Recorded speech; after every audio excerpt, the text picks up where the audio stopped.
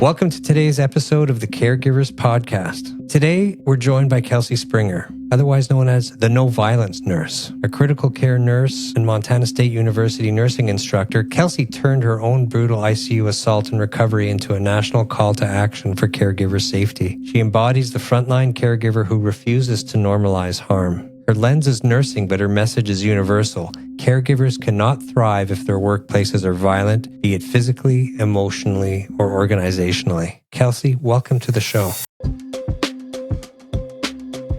Kelsey, welcome, and let's get right into it. Yeah, thank you, Mark. So tell us a little bit, what did it feel like when you went from a nurse who heals to a nurse who was harmed? Tell us about that impact on you. Oh my gosh. Where it took you. Yeah, so it's been a long process. I think, in the initial moment of it, I couldn't believe it. And I don't know that I even let myself believe it. And over the last few years, it's been just over 4 years now, since I was assaulted. And that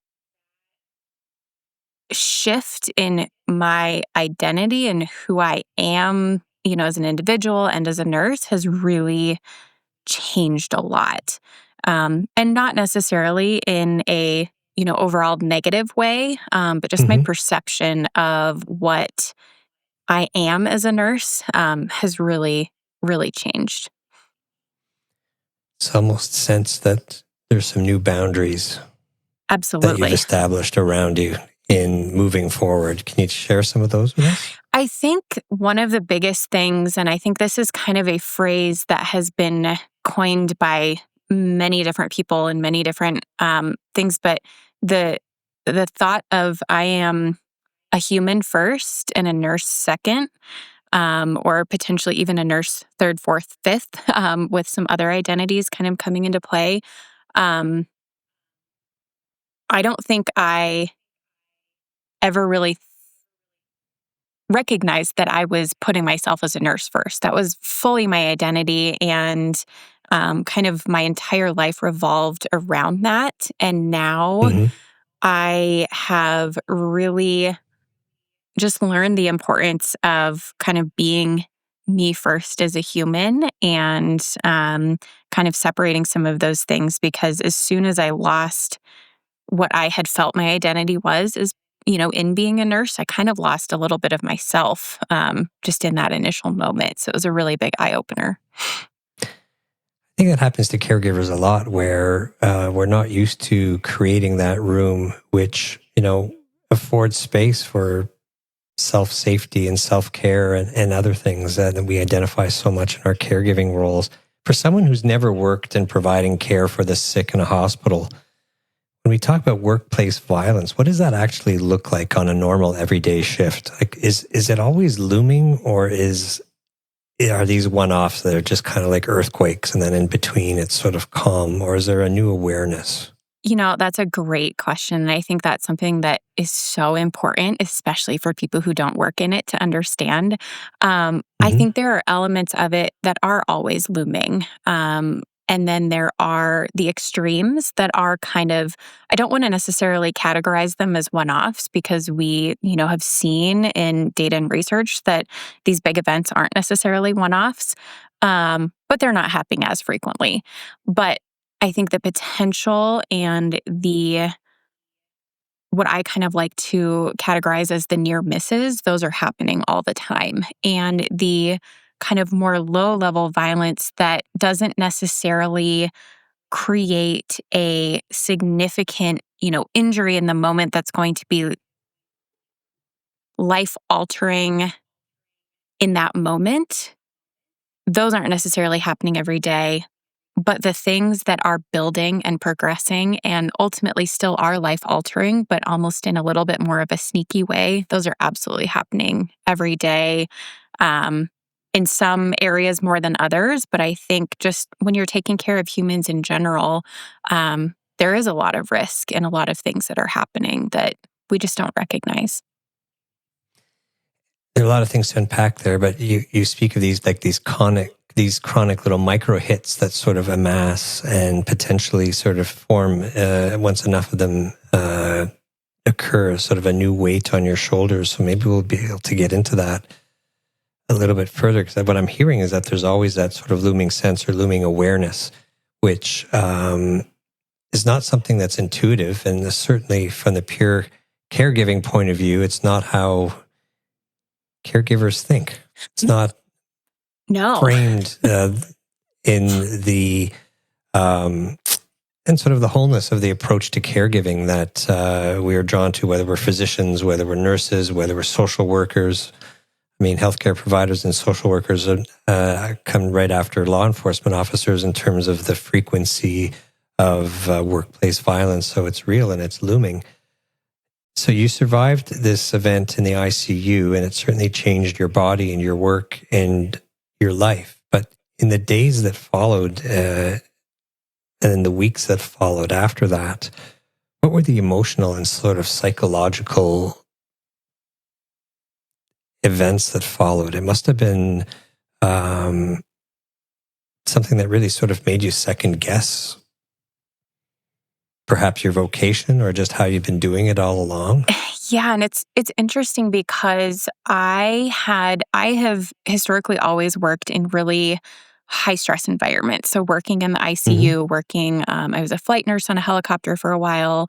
I have always kind of gravitated towards these environments that require you to kind of push some of your own, personal feelings aside to be able to stay vigilant in those areas. And so I think initially and also, this was in the height of the pandemic. So it was 2021, midsummer 2021. So I was already, in the throes of kind of that emotional weight. So initially, I don't know that I really had or even started to have my emotional response until probably about a year later, for a couple of reasons. I think that self-protective, thing kind of just naturally came about because I was used to that.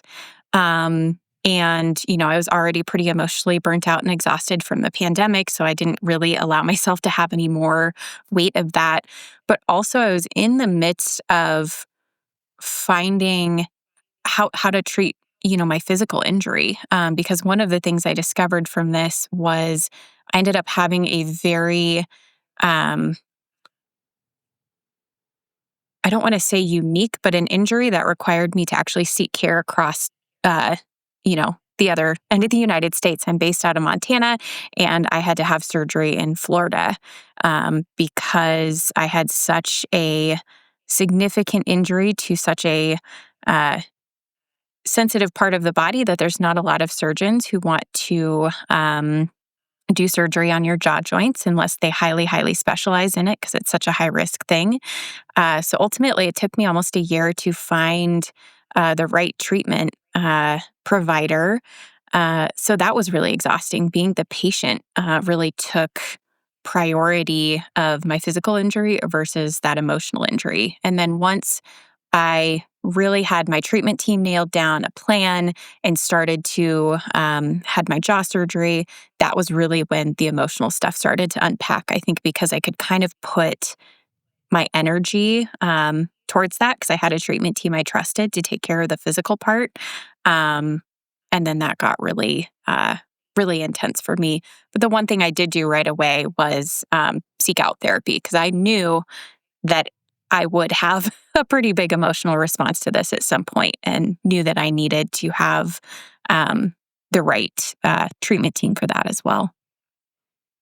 I think that's an important message to share with our listeners because the physical injuries are often obvious from the beginning, but then the emotional wounds sort of multiply and then eventually emerge, and they could really catch us off guard, and they can sort of spill out in multiples and overwhelm our already taxed coping mechanisms. Absolutely. But before this all happened, and I mean, I think we don't think of ICU assaults as being as common. We always think of the hustle and bustle of an emergency room, or some other large volume encounter with different individuals from the public who might come in with in different conditions which predispose to risk for assault or injury or violence. But the ICU is certainly different. But when you look back, were there sort of distant early warning signs from others' experience or moments in the ICU when you realized that, violence was becoming more and more part of the job, even though it really shouldn't be? Yeah. Was there a storyline that was kind of emerging over time that we were like, what's going on here? This isn't supposed to be this way, but it's happening. Yeah. So it's interesting because looking back and, honestly reflecting back on my entire career, and, that started when I was 16 years old working as a CNA in a nursing home. It was probably within the first month of working as a CNA in a nursing home at 16 that I experienced my first violent event as a healthcare provider. But until I had the event that absolutely changed my entire life, I don't think I recognized the gravity of what could happen. And so I think, I think this is for so many of us out there, we do accept certain levels of, being yelled at, being grabbed, being, you know, not necessarily the physical punching bag, but sometimes, but being kind of that emotional punching bag for our patients, because we know, and especially in the ICU, we know that our patients are typically having some of the worst times of their life. No one's really Mm-hmm. having a good day in the ICU unless you're getting out of the ICU. But even then, you've probably just gone through something pretty traumatic. And so I think we have certain levels of, I absolutely understand when my patients are having a really bad time. They're grieving, they're stressed out, they have no idea how they're going to handle what's in front of them. So there's certain levels of, just being present for some of those moments. But then I think it naturally just bleeds over into this world of, okay, now our patient, their family, friends, they're no longer just having a bad time around us. They're having a bad time and taking it out on us. And I think the line is totally blurred from when they go to having that bad time and we're just present for it to us being the receiving end of that. And I think that is something that we just take on day after day after day, and we learn to absorb it, but we don't necessarily learn where that boundary is of, hey, I'm okay if you're going to, cuss and swear in the room and have all these, just really colorful moments, but don't take it out on me. Don't direct that at me. But we're not necessarily trained on how to understand where that boundary is or to recognize when it's escalating to the point of, okay, we're no longer just grappling with this horrible diagnosis we just got, and internally, handling it. Now we're to the point where we're ready to be external and start taking it out on people. And us as care providers, we're not necessarily trained on how to recognize when that shifts or what those signs are and when we need to really, kind of clue into setting those boundaries and how do we do that safely and appropriately. So I think, the ICU is a prime example of somewhere where we don't necessarily think our patients are going to be high risk for violence, but it's probably one of, the most high risk places because we have such high levels of distress and altered mental status and grief and all these various things that are absolutely risk factors for violence. A lot of listeners won't recognize the fact that even someone who's in the ICU who's quite frail appearing, when they're delirious, it's amazing how much physical strength in a moment can be released in a state of delirium. And the impact can be huge. Patients are strong. Even frail elderly can be very strong when delirious. And it's probably underappreciated, actually. But can you tell us a little bit about what you experienced and how these things unfolded? And looking back, are you able to sort of tell us what could have been the moment where you could have stepped back now that you know everything you know? Yeah. So when I was, working in the ICU at this time, I was the charge nurse in the unit. So I was there to, kind of direct the team, support the team. And I was working with a great crew of nurses that day. We had a normal mix of patients on our unit, normal, pretty typical diagnoses that we see in our unit. So really nothing out of the blue in that regard. And we had a particular patient who was experiencing a form of delirium. So, they were not aware of, where they were, what was going on. And ultimately, they were scared, as many of our patients are.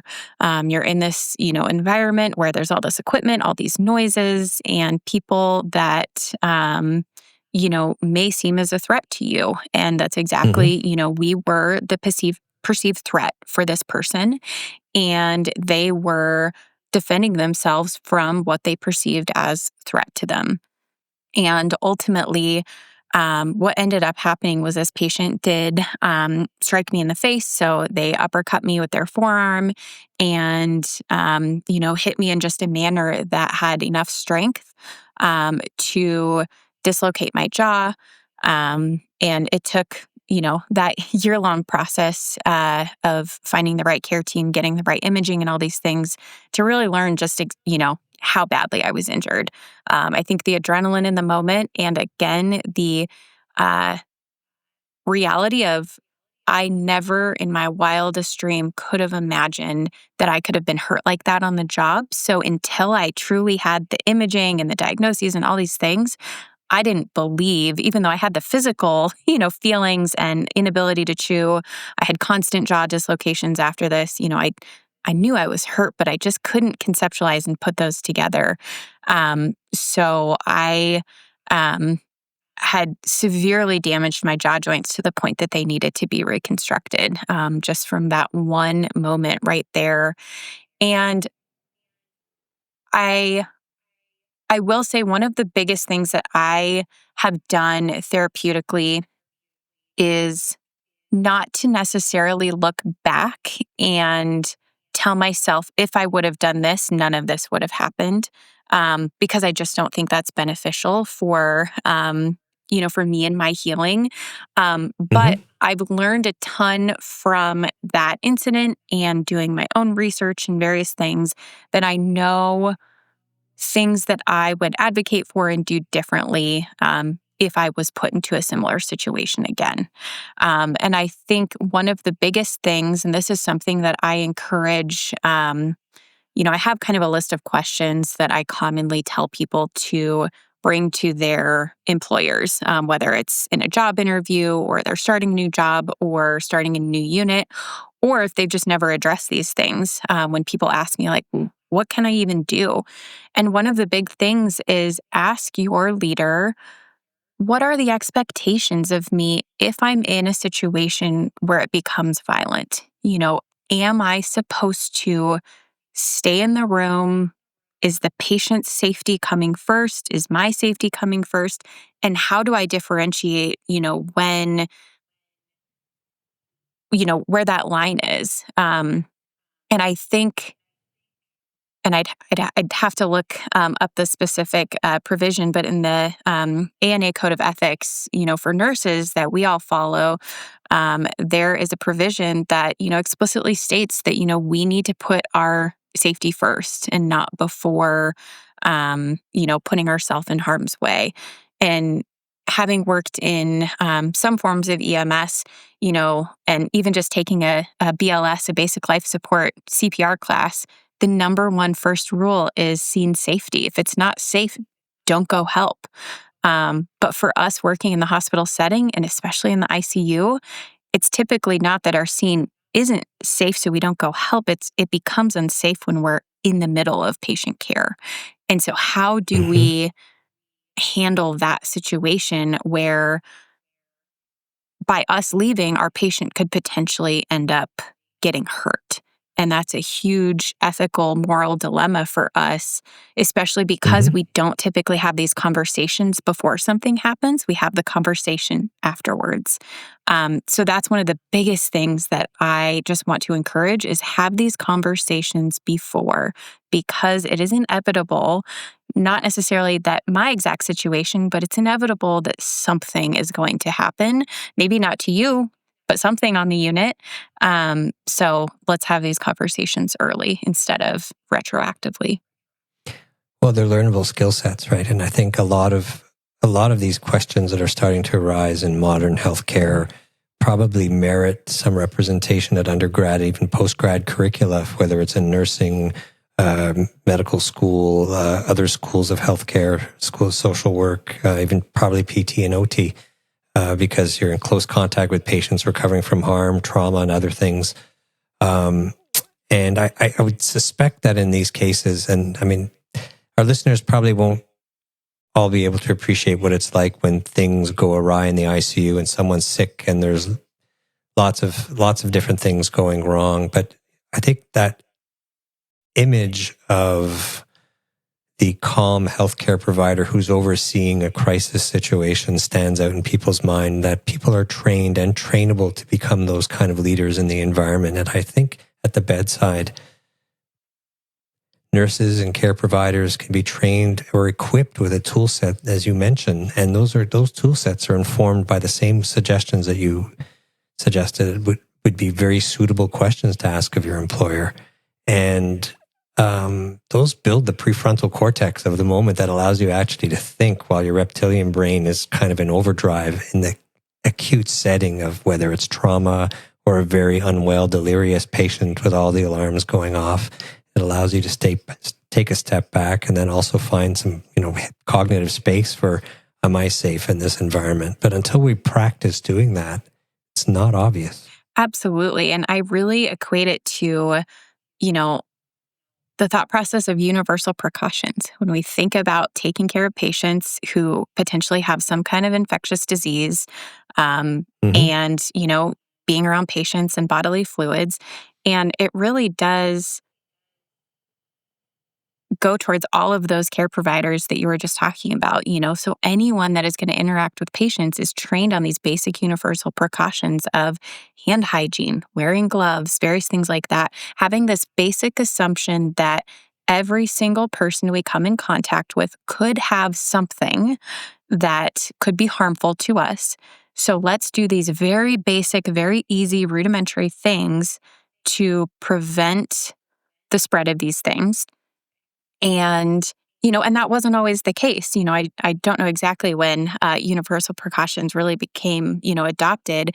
But before we really had this process, there were a lot of these diseases and things that we were really afraid of. And so we just didn't touch patients, or we kind of categorized certain patients as being, unwanted or just less than because they could have something.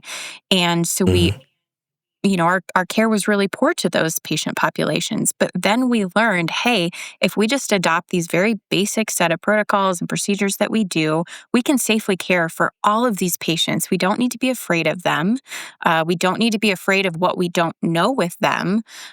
We can just universally keep ourselves safe. And I think this is the exact thing that could really be taken care of with a similar approach, And I think that's where we're really at this standstill of we don't necessarily want to talk about it because we don't want to deter people from going into healthcare because it's scary, and that's one of the things that, I've grappled with at times of sharing my story. And I do teach at the university level in a nursing program. And one of the things that I've learned is when I share my story, initially people are like, oh my gosh, and you're still a nurse? And I'm like, yeah, absolutely. Because I've learned a lot from it. And there's a lot of things we can do to prevent this. But we need to talk about it. And then we need to develop that standard universal approach to it. And then, we all are equipped with these tools to just basically keep ourselves safe in any situation. It's not about the resilience. It keeps coming up with more and more people that I meet and speak with us. The resilience is there, and it's not like you need to teach individuals to be more resilient. Is you need to build the framework around them to make that resilience sustainable and safe. You spoke about fear and other things. Events like this are obvious, but along with those same questions, you'd advise a young nurse to ask of their employer in terms of, the hows and whens and how do whys about certain scenarios as they arrive when there's risk of harm. But the other issue is always, well, what do I do if smaller harms occur? Who do I turn to? How is it reported and how is it acted on? So, often staff just sort of stay silent and when they're scared or harmed and don't do anything. But what would be your advice, or what do you see as being the ultimate framework to have operating for healthcare providers facing this? Yeah, and I think that is probably one of the first things we really need to get nailed down in terms of what we're doing consistently is that reporting. Because, one of the phrases that we have in nursing is, if you didn't chart it, you didn't do it, or it didn't happen. So if you don't report it, it didn't happen, not, to you, but nobody else has any reason to think that there is a problem if they don't know about the problem. And going as far as, having that formal reporting system keeps everyone accountable. So it is one thing to, go and report something to someone and just make a quick, unofficial verbal report. But whether, if that's not done in an official manner that is going to be taken up to the right people and documented and kept for, kind of reflective action, then it's not necessarily going to do anything.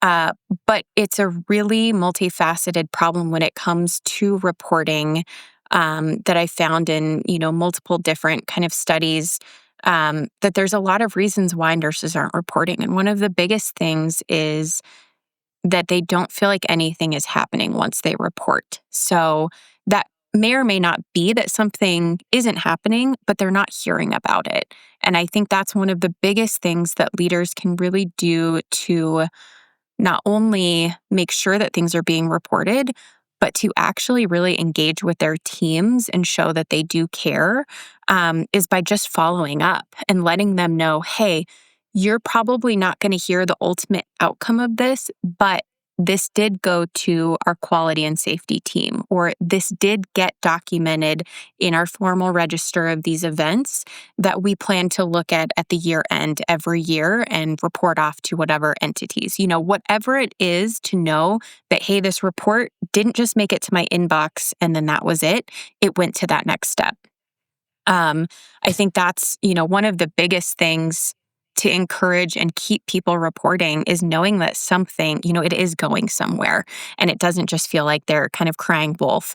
Because the other part is, nurses do a lot of documenting, a lot of charting. And the last thing we want to do after a 12-hour shift or in the middle of a 12-hour shift is do a whole nother set of documenting and charting. And depending on what that reporting system is, it might be really easy to use, really quick to put in kind of the objective facts, or it might be really cumbersome. So if you're never going to hear an outcome, why would you subject yourself to taking more time to doing all that if you don't think it's going anywhere? And then that also goes to touch on, one of the other big things is how easy is your reporting system? And is it really built for these types of reports? Because we have, everywhere that I've worked has had some kind of a reporting system for safety events, whether that's, with patients or, patient errors or near misses or maybe an equipment issue or something like that. But a lot of them aren't necessarily built for these types of reports. So it can feel really clunky to try to put in this report. And you're like, well, none of these questions actually ask the right question for what was going on or give me the right space to put this into a report. And the other part of this that I think is really, really huge is there's no national requirement here in the US for reporting these events. So there is no reason for organizations to encourage this reporting from a national standpoint. So organizations really need to have a reason themselves. So whether it is, following up on nurse satisfaction and all these different things, But I think that's a really big barrier. And there's some individual states here who do have reporting requirements, but those all vary as well in terms of what would be considered reportable. So there's a lot of work that really needs to be done. And when it comes to making national standards and things like that, I think there's a lot of gray area. But I do think just requiring reporting of these safety events is a really big first step to make. Well, we've recognized the importance of the debrief from the one-ups, the managers involved in the unit or what have you. And, being a manager doesn't mean you're a leader. It's the debriefs, it's the checking in, Absolutely. It's the accountability and the follow-up that makes leadership, because that applies to every person on the team thereafter, and that's where leaders shine. I'd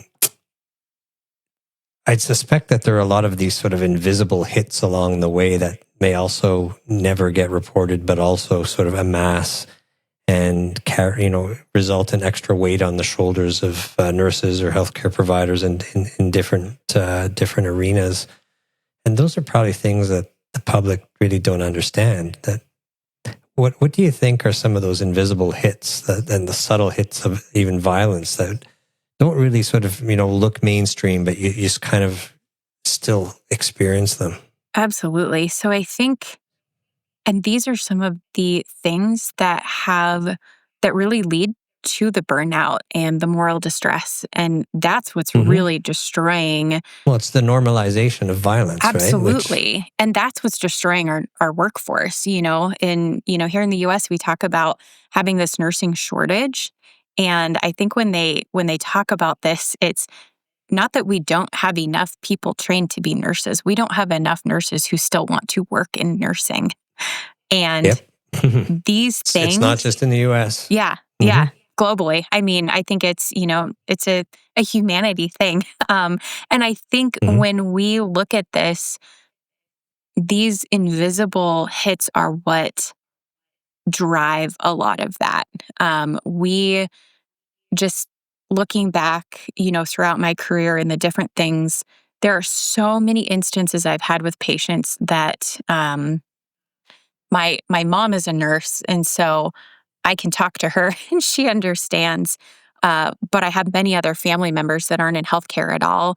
And it would be so hard to even tell them, like, what patients have called me, things they have threatened me with, threats that I've gotten from family members, friends of patients, things that are just said in the moment that you're like, I understand this is probably just very much driven by the fact that you just got a terminal diagnosis. And deep down, I probably know that you don't mean whatever that is to me, but you're still saying it anyways. And I'm still going home at the end of my shift, just having been berated my entire shift.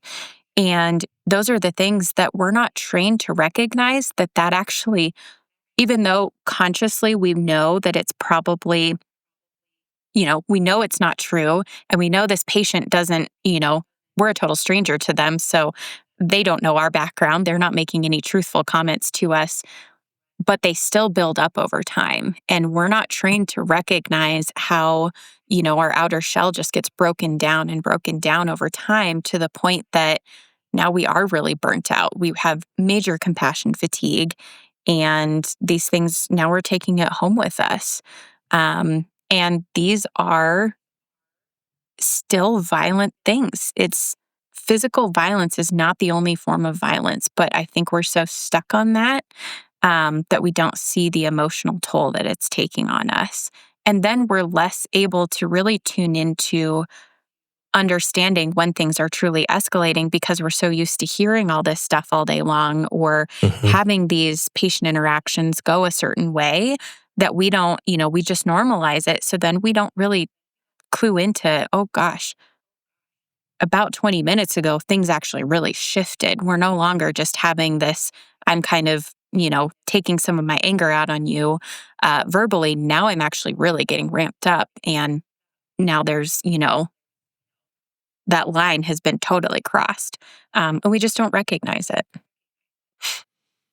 No, you're absolutely right. And I think that can also be taught, and there can be a lot of very important contributions from maybe more advanced level teaching. I mean, you sound, or the environment that you sometimes face is one where, a Navy SEAL or Marine needs to show the same self-discipline and discipline to the mission, so to speak. And if healthcare providers, when faced with situations like that, could be trained with some of the skill sets that are afforded to some of our elite individuals that we count on, I think a hybrid version could really pass on some important skills for individuals to cope with those situations. Those are not acts of physical violence, but they're violent interactions. And those violent interactions, verbally or emotionally, need to be parceled and dealt with. Otherwise, the PTSD, the anxiety, the sleepless nights, it all sort of factors in.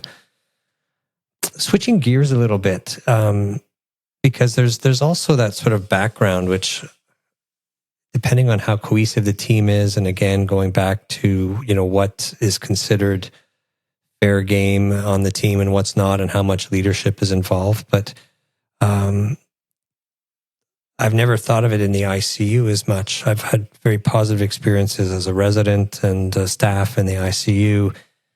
I've always felt that sort of team element. But once there are shortages of personnel and your patients' nurse ratios go awry and everybody's got that next layer of stress, how does bullying or incivility between ICU nurses, does that ever creep into the equation? It absolutely does, because when we start treating each other as colleagues poorly, then there's really no limit to what we'll accept from our patients and family members too. And we set that tone of what is really expected for just general treatment across the board. But also when we, bring in those thoughts of that bullying and incivility, and especially with our new colleagues who are new to our unit, or maybe new to healthcare altogether, or maybe colleagues from around the hospitals, parts of our interdisciplinary team, when they come in knowing that this unit, hey, they're kind of known for having this bullying mentality, then Toxic, yeah. we're already breaking down these barriers. So then when we do have a critical event happen, we're already not communicating well just at the baseline. And then a critical event happens, and communication is one of the most important things when it comes to handling critical events. So our communication is broken down because we're just not being nice to each other. This critical event is happening, and maybe it's a code, or our patient's not doing well, or it's a violent event. So now we've got this patient, family member, whatever it might be, that is now a threat to us, and we're all not communicating well. So everything's just already broken down before we even get into the scenario. But we're also afraid to bring up when we need help. We're afraid to say, hey, I've got a patient that I'm a little concerned about, for whatever it might be, because we can't safely go to our colleagues because we're not treating each other well. So the risks just kind of exponentiate for, these violent events and patient safety events. We know that, studies have shown that our nurses are higher risk of making mistakes, especially our newer nurses, when they don't feel confident asking a question, because they feel like, they're embarrassed that it might be something that they should know. And so they don't want to ask the question. And then a patient, gets harmed because of that. Or they feel like they should have to be able to handle a situation themselves, and they're going to be seen as weak if they do ask for help. So when we start letting this kind of interprofessional violence to occur by ways of bullying and that incivility, then we really reduce our chances of being able to handle any of these situations well, and especially being able to prevent these situations from happening. The idea just came to me listening to you. We hear the circulating nurse in the operating room who's sort of runs the show. And speaking with Darlene Jackson, the head of the Manitoba Nurses Union, a couple of weeks ago, she spoke of having nurse mentors on units who are not involved and charged with patient care, but are there to help in those exact scenarios. And they can be navigating across the different parts of the unit to just make sure those young individuals have a resource who's not already overstrapped and maybe burnt out to turn to, so that there's a really harmonious encounter to pass on that new knowledge, so that that young learner, that young nurse who's just starting may be empowered earlier on without the hacking away from just negative sentiment or negative experiences, or feeling faulted for asking. And I think that applies across all healthcare learners, whether you're the new medical student, the new resident, the new nurse, the apprentice,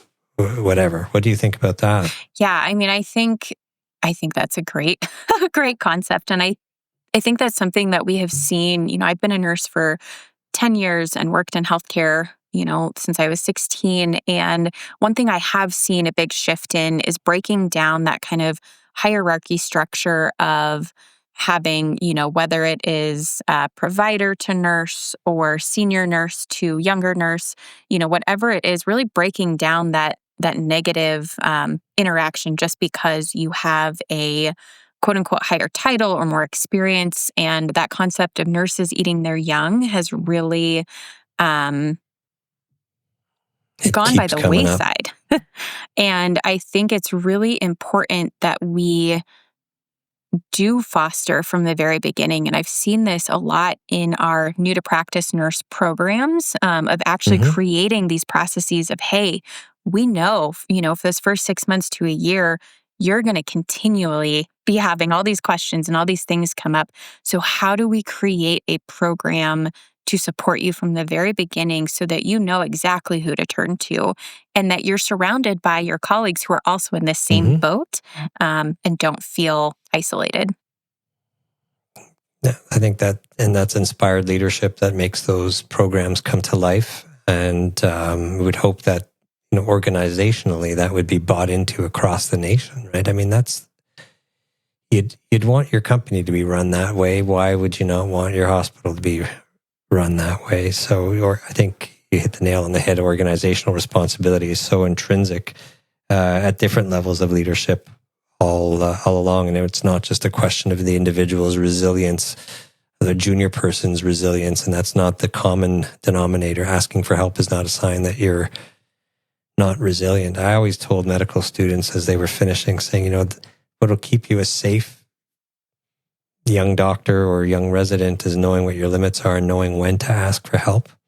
And what a shame to not be able to, or feel that you're being judged for asking for help in those scenarios that you alluded to. Yeah. So if you were advising hospital leadership tomorrow, what would be the sort of 3 concrete changes you'd insist on to reduce workplace violence and just improving the overall safety in reporting and safety in the moment?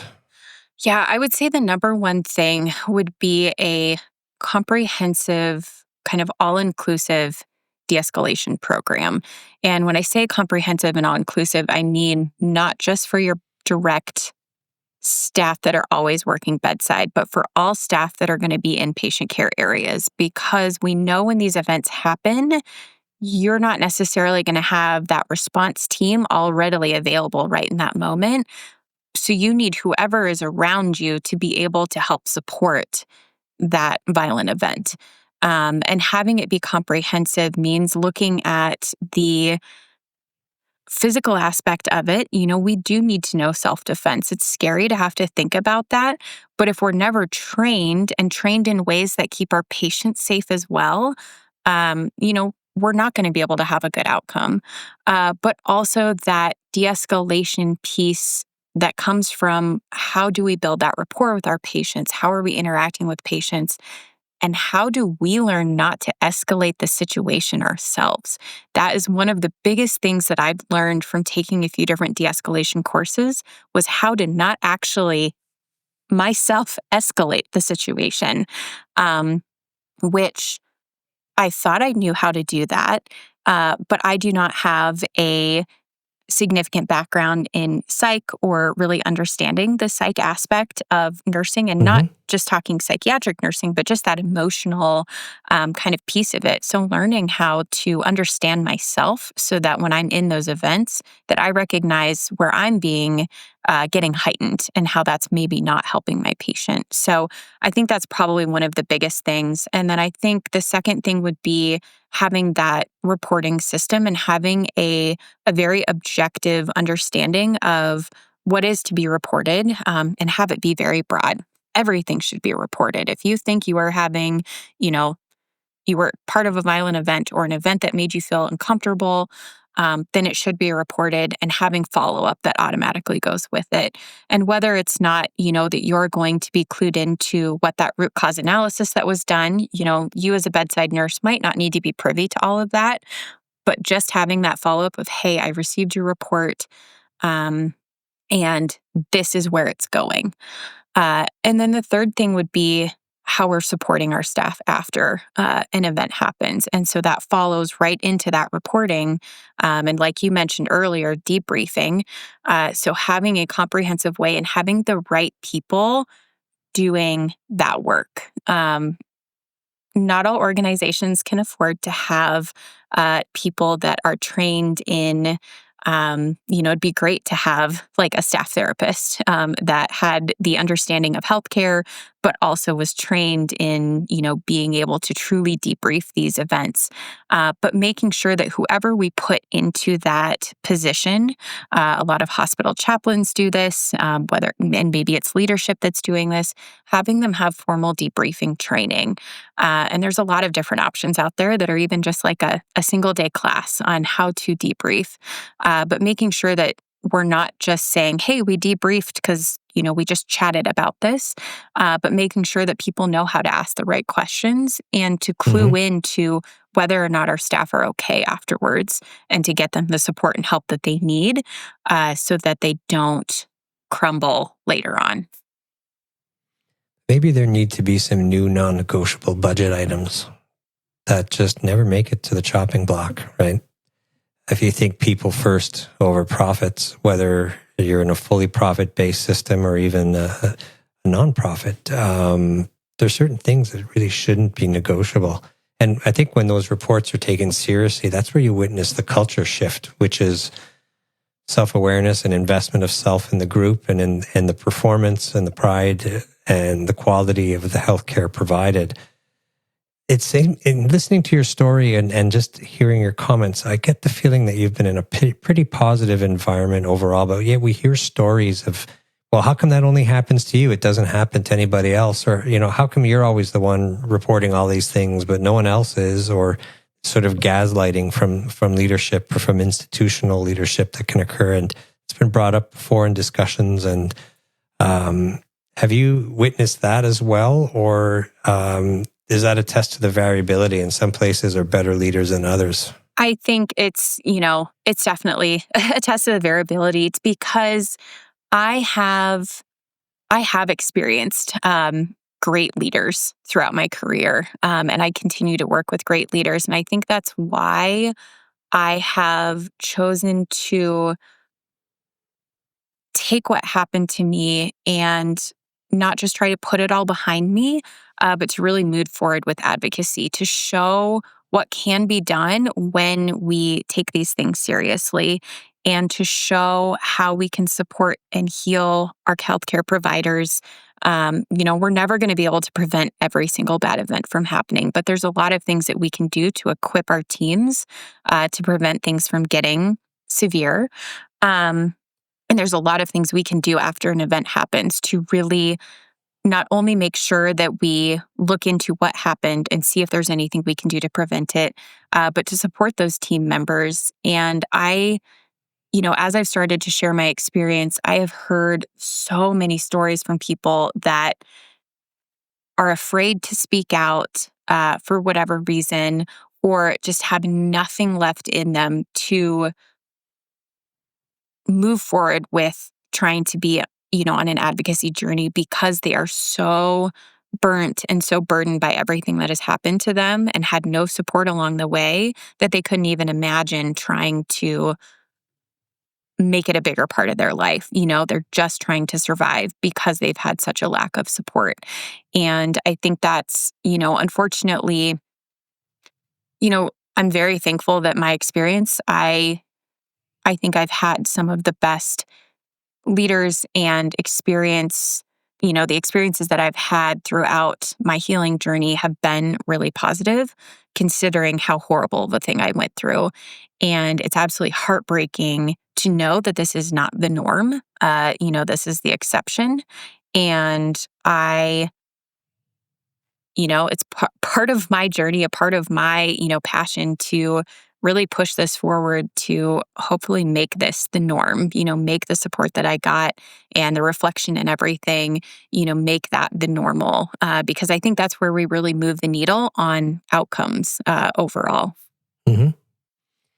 Management does not equal leadership, nor does seniority leading to a rise in managerial position equate with leadership, or I suspect often leadership skills are not necessarily considered in that decision making. But it's huge. Mm-hmm. Without leadership, management, I think, flounders, especially, and maybe there needs to be more leadership grooming as you make your way up the ranks in healthcare leadership and organizations. And I would love to interview leadership at healthcare organizations to find out what successful programs can be implemented universally at in an organization to make sure leadership in nursing and in healthcare departments, etc., have the best chance of having successful outcomes. I mean, it's screaming everywhere. Whether it's the NHS in the UK, whether it's in the US and Canada, and I'm sure places elsewhere.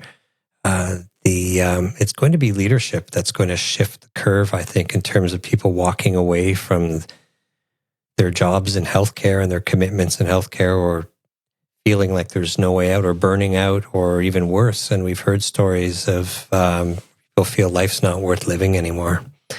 What about under-resourced settings? We've touched on this a little bit, and my bias is that if you're invested in your people, there's certain things that are not considered on the chopping block and cannot be rationalized in terms of resources towards whether it's training or support or what have you.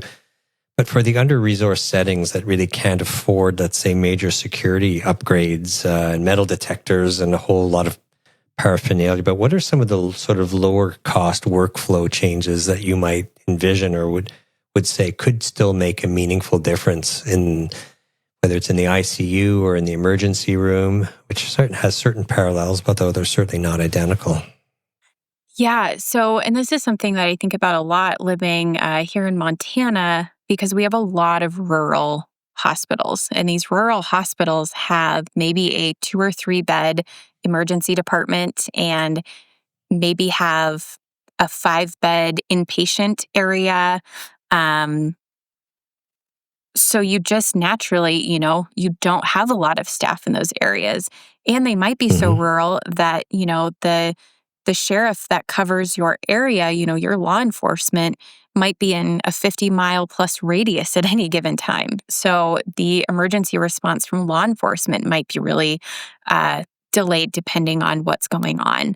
So I think, again, that de-escalation training, I think there's many different levels of programs, and there's also some different free resources depending on where you live. I think those are great investments just to help teach your staff some of those basic skills, but also doing that environmental assessment. This is something that I really learned in my grad program, taking a healthcare design class, which was actually thinking about, what is our built environment? Do we have our computer placed in the corner of the room where our patient now is blocking our exit? Or do we have our computer placed near the exit so our patient is, not going to be able to block us? Do we have a lot of different things in the room that could easily be used as weapons against us? Or how can we secure things down better? Or do we need to store all this stuff in the patient room versus having it in a cabinet outside the room? Different things like that, just thinking about our built environment, and how do we lock down? How do we keep ourselves safe if we do need to escape? Where do we go? Do we have an area that's close by? Do we practice this? Do we know where our close by areas are? Or are we finding it out when the event is actually happening? So really just having that forethought of trying to think about, okay, what are some different things that could potentially happen? And are we prepared to respond to that with the staff that we do have? And this is also where thinking about, working in these really tiny areas where you might not have a security team. So who do you have on site? And are we training all of them in this de-escalation? I think it's absolutely appropriate to be thinking about our environmental services, the folks that are helping clean our rooms and keep things tidy. Are they trained on it? They might be one of the 4 people that is on staff in that hospital that night. So just really being creative with what resources we do have and being thoughtful about that, I think can go a really long way. But it means that we need to think about these events before they happen. And we need to understand that statistically, it is going to happen. So let's not ignore it anymore. And potentially minimize the impact, for sure. It just seems like healthcare worker safety at a much more granular level than the calling of different codes you may hear on the overhead when there's a spill or a wandering patient or toxic exposure or violent patient. I mean, that's sort of big scale, but it's, as you say, in those moments, having a skill set that's common, shared among all workers in the environment, so that, and I would think that that's achievable with the right curriculum and very focused learning of, high impact skills, and definitely within the range of the achievable. What do you think? I think it's absolutely achievable. And I think we just need to, I think we're at this stage where we see such a big problem and so many different things that contribute to it that we're almost kind of, we're shocked by it all. And so we don't know where to start. And I think just starting anywhere is the right answer. And I think it's absolutely achievable. And it doesn't have to be those big, grand things like putting in the metal detectors and tripling your security staff and having all these, major shifts happen. There's a lot of low-hanging fruit that can really make a big difference. I really love the lens through which you're looking at this. It feels tangible and it feels achievable. And I think this conversation needs to carry forward in many places. So from the perspective of a bedside nurse who's feeling really burned out and scared with lots of things they've been going through, what would be one high impact safety practice that you could point them towards and they could start using tomorrow before the system has had a chance to change? Yeah. So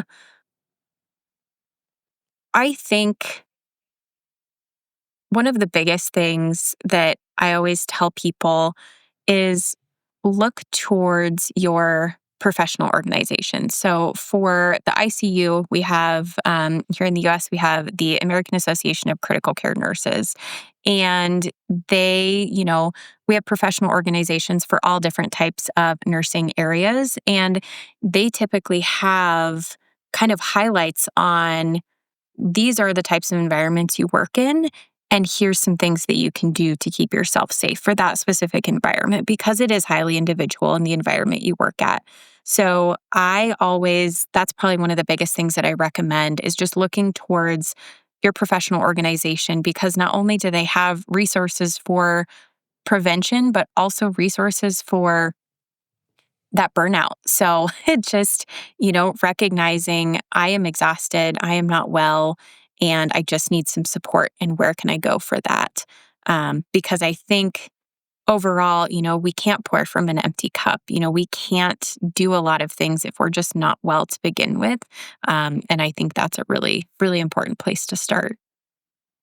You spoke earlier about sort of the lateral violence and toxic bullying that can occur among members of a team. And we can't forget how that culture spills over to caregivers who are there trying to advocate for their loved ones who are sick and who are going through a lot themselves, and how it creates yet another layer of very challenging dynamic.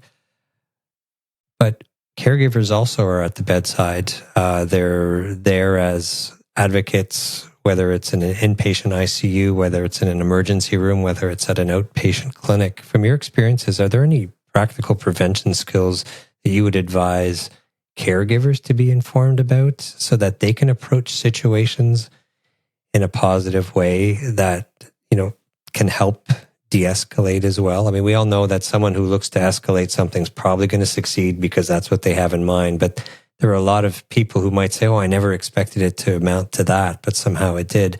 Are there practical skills that caregivers can use to improve de-escalation and communication? Is there just a level of understanding that everyone needs to have? I think one of the biggest things, and this is something that I have learned a lot in my current role as an ICU nurse educator, is just going into every situation with a genuine curiosity. So kind of checking our own preconceived notions at the door. And I think that really applies to every angle. So whether you're the nurse walking in the room, whether you're the patient's loved one, whether you're the patient, we can all, I think, bring a lot of these things down to a working level when we're just genuinely curious about what each other are approaching the situation, what the angle we're approaching from. So just walking in and asking more questions and being genuinely willing to hear what the other person has to say, and trying to understand where they're coming from. And I think this is something that is so hard to do, especially if you've been in healthcare for a long time, or even being a patient, being a chronic, a patient who's been in the system for a long time. It can be really hard to walk into a room with that genuine curiosity to every situation. But the more that we're open to truly understanding what is happening in that current moment versus what's happening in the bigger, situation, I think really helps make our interactions a lot more cohesive and a lot less of that breakdown in our relationship. Absolutely. And I think what I'm hearing from you is that we just need to acknowledge each other's humanity between the patient, the caregiver, and the healthcare provider. And that's sort of the first step, that we all bring something to the encounter and we're not just individuals in a vacuum. If you could speak directly, Kelsey, to a leader who still has this mindset that, violence is unavoidable, it's just part of the job, what would you love them to understand from the human and financial costs associated with violence in the workplace? Oh gosh. I have two parts of my brain that want to answer this question, but I'm going to go into this. I want to hear from both of them. So, I'll, from my more kind of direct side of my brain, I would say there is no excuse to not acknowledge this, because we have seen we've seen life lost. We have seen lives completely changed to the point where it's just unfathomable. And, for myself, my life has completely changed, and hundreds of thousands of dollars have already been spent to take care of my injury. And it is going to be a lifelong injury. I will never get the full function of my jaw back. And no one should have to go through that. But especially knowing that these things happen, there's no excuse to not address it and to learn more about it if you have never made any changes to what your program might be, or if you don't have a program. Now, the other side of my brain is coming from that, approaching that with curiosity and asking that leader a little bit more about, what is your understanding of what your organization is doing?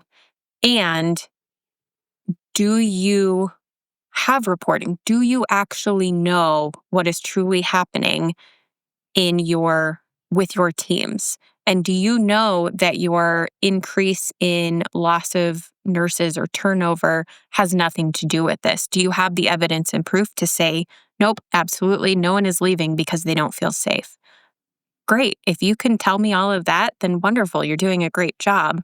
But out of curiosity, I would like to know where you're coming from in this, and approach it from that angle, because we're seeing more and more, and there needs to be so much more research done. But if you truly look at what's out there, we have the numbers, we have the evidence to show that this is a significant problem, and we don't have enough energy going towards mitigating this problem. But there's probably a lot of other problems that we could take care of just by addressing this. Couldn't agree more. If you had a chance to sort of give a final message to caregivers, be they professional or non-professional everywhere, one final message to sort of point out what they need to remember about their right to safety in the workplace, what would be your parting words for them? My message would be that this is not part of the job, and that most of our institutions have this concept of a zero tolerance policy. But that starts with us at the bedside. If these things are happening to us and we say nothing about it, then we are not adhering to that zero tolerance policy ourselves. We are tolerating it. So my message would be, do not tolerate it. Report, make sure that you're having these conversations with your leaders, and be part of that shift as well. Figure out not only to not tolerate it, but figure out what you can do to get involved and engage and just help promote that healthy work environment. I agree. Zero tolerance is at multiple levels. You can't just have the poster up on the wall and not have follow-up, not have the debriefs, not have the accountability from leadership to the worker. All of those elements are part of zero tolerance. It's not just, I have an idea, let's put a poster up on the wall. That'll solve everything. Because people will read it and it'll have teeth. It's been wonderful getting to know your story and getting to know more about your mission today, Kelsey. I think it's honorable and it's devoted to the greater good. So facing what you've faced and to be able to rise, so to speak, with such strong intention, I think is an example for us all. And I wish you well in pursuing your mission. And it's certainly one that I've learned from today. And I think all of our listeners will. We really consider you a champion and look forward to hearing any updates from your successes on your journey, perhaps in another visit sometime down the road. Yeah. Well, thank you so much, Mark. I really appreciate you taking the time to put your focus on this, because this truly is what helps make that change happen. Well, change is meant to occur everywhere. Kelsey, I wanted to thank you for bringing your honesty, your clarity, and your advocacy to this conversation today. Caregivers everywhere, not just nurses, needed to hear this. You've shown us that naming harm is not weakness. It's actually leadership in itself. And reclaiming safety is not a rebellion. It's how caregivers survive long enough to keep caring and not walk away. For everyone listening, if you're working in a system that asks you to absorb violence, be it emotional or physical, you're not alone, and you're not imagining it either. Your experience is real. Our hope today is that you walk away with language, with boundaries, and a new understanding that your well-being is not negotiable. Thank you for listening to the Caregivers Podcast with me, Dr. Mark. Take care of yourselves and take care of each other. And we'll see you again next week. Before we wrap up, I wanted to remind you of something important. The conversations you hear on this podcast are here to inform, to support, to spark reflection. They're not a substitute for professional medical advice, care, therapy, or crisis services. Listening to this podcast does not create a doctor-patient or caregiver-client relationship between us. If you're facing a medical concern, health challenge, a mental health challenge, or a caregiving situation that needs guidance, I encourage you to reach out to a qualified professional who knows your story. If you're ever in crisis, please don't wait. Call your local emergency number or recognize Hospitalized Crisis Hotline right away. You deserve real-time help and support. The views you hear on this show, whether from me or my guests, are our own. They don't necessarily reflect any organizations we work with, or are part of, or have worked with, or been part of in the past. This podcast is an independent production. It's not tied to any hospital, university, or healthcare system. Thank you for being here, for listening, and most of all, for taking the time to care for yourself while you continue to care for others. I look forward to hearing from you.